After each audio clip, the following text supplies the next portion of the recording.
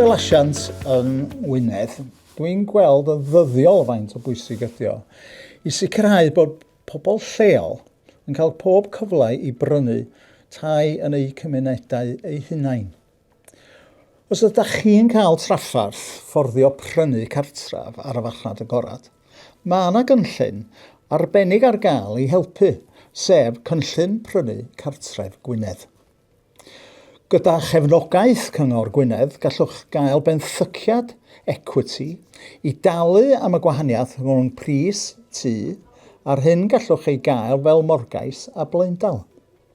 A'r peth gorau, mae ar gael ar gyfer tai ar y farchnad agored efo unrhyw asiantaeth tai yma. Felly fy nghyngor i, ewch amdani. Os ydych chi'n cael trafferth fforddio cartref addas heb gefnogaeth, peidiwch yn meddwl bod chi ddim yn gymws. Ewch i wefan Cyngor Gwynedd am fwy o wybodaeth.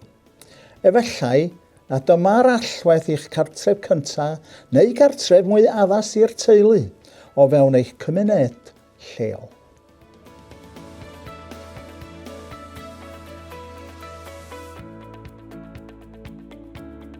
Rhys Tudur dwi a dwi'n gynghorydd Ward Llanstindwy.